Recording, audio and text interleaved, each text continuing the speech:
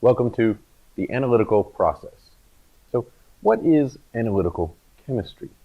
Analytical chemistry is analyzing a sample to obtain some information, some chemically available information. So, this is typically a number, a quantitative analysis, but sometimes it's not a number, it's a qualitative analysis. Now, I'm going to assume in these videos that you have a good grasp of material that was presented in general chemistry and a familiarity with organic chemistry.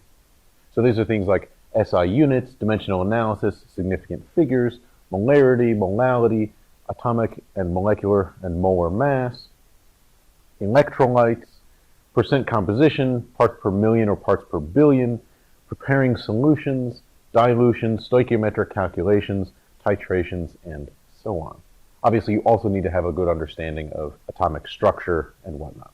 And I also expect you to have a familiarity with how to name organic compounds. So all of this material is reviewed in chapters 0 and 1.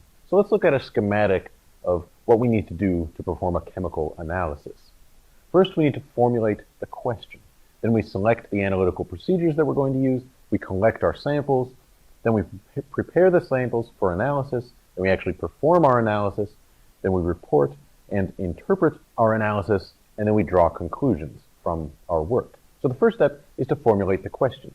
What question do you actually want to answer? For example, you might want to answer, is it safe to drink water from the limestone quarry? Probably not, but you never know. Another question you might ask is, how acidic is water from the limestone quarry? Now these two questions are very different.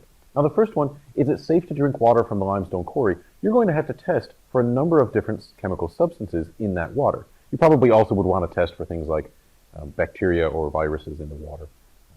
But we're going to ignore that aspect of things.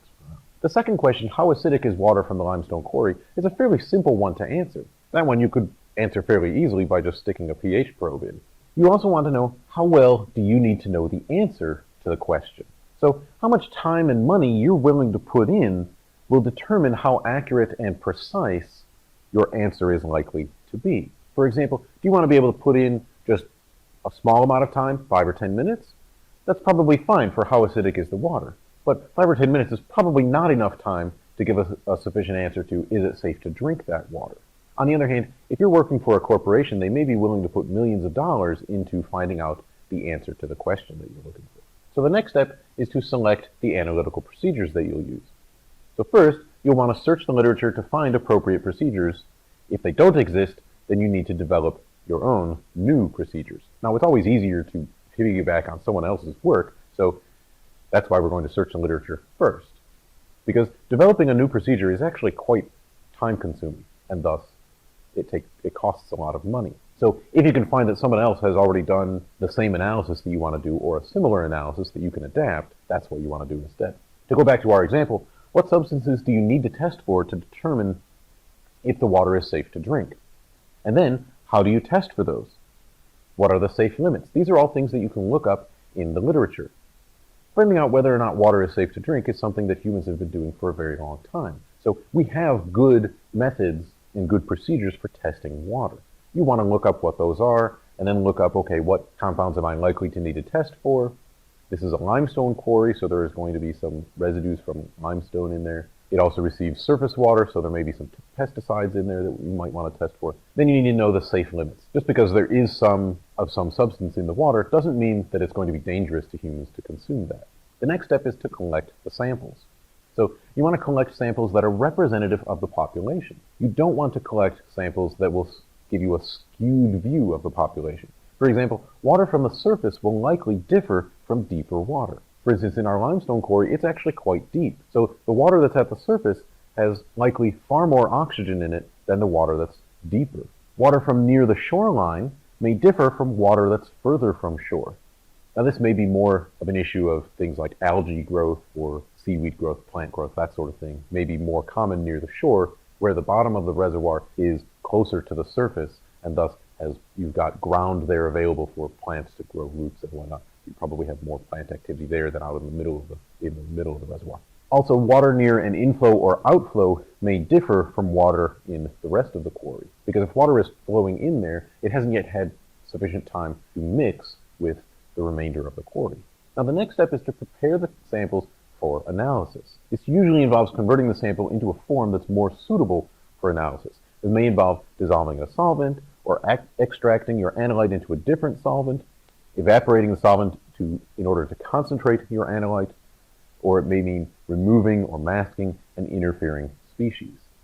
For our quarry water, there's likely some microorganisms growing in it. We probably want to filter it. We may need to boil it to kill off those microorganisms if we're going to keep that water around for a long period of time. Also bear in mind, what you're doing here may also destroy some of the information that you're looking for. For example, boiling the water is likely to change the pH or to change the carbonate concentrations.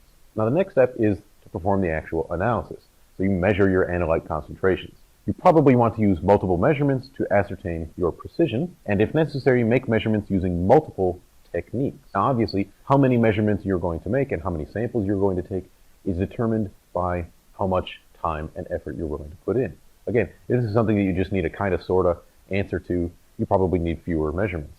A few measurements is probably fine, and a few samples from a few different places around the quarry would be fine. But if you're working for a corporation and they really need to know the answer to that question very precisely, for example, if you're working for a pharmaceutical company and they really need to know exactly how much active ingredient is in each pill that they're giving out, they need a much more accurate and much more precise answer to that question. And thus, you're probably going to be taking far more samples and also probably making some measurements using multiple techniques in order to cross-reference and compare those. Now, the next step is to report and interpret your analysis. So you need to write a clear, complete report of your results. You need to highlight any limitations of the protocol. For example, if there may be some interfering species that you did not account for, you'd want to specify that. You then want to write for the intended audience. Now, your intended audience may be your instructor for a class, it may be the general public, it may be an internal corporate audience, or it may be a scientific journal. Now, you're going to have to provide a very different report for each of these audiences. For example, for an instructor like myself, you don't have to include a whole lot of the background chemistry involved. You may need to just go into more of a description of what your protocol was, but you don't have to explain why you chose that protocol maybe. On the other hand, if you're writing for the general public, you need to have your level fairly low. The public doesn't know a whole lot about chemistry. You need to explain that to them.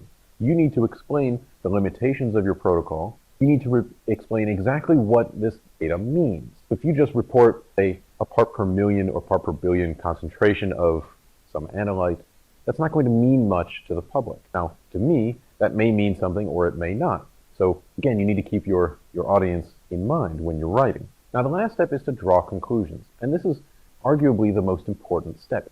You cannot control how your report is going to be used after you write it and after you publish it. So it's important for you to write very clearly to reduce the chance of misinterpretation. It's very common for the public, let's say, to misinterpret scientific results because they don't understand everything about the topic that the author has written about. So if the author is writing for a scientific journal, the public is very likely to misinterpret it. But if you believe that your report is likely to be read by the public, then it's your responsibility to avoid as many of those misinterpretations as you can. So again, choose your audience very carefully. And that was the analytical process.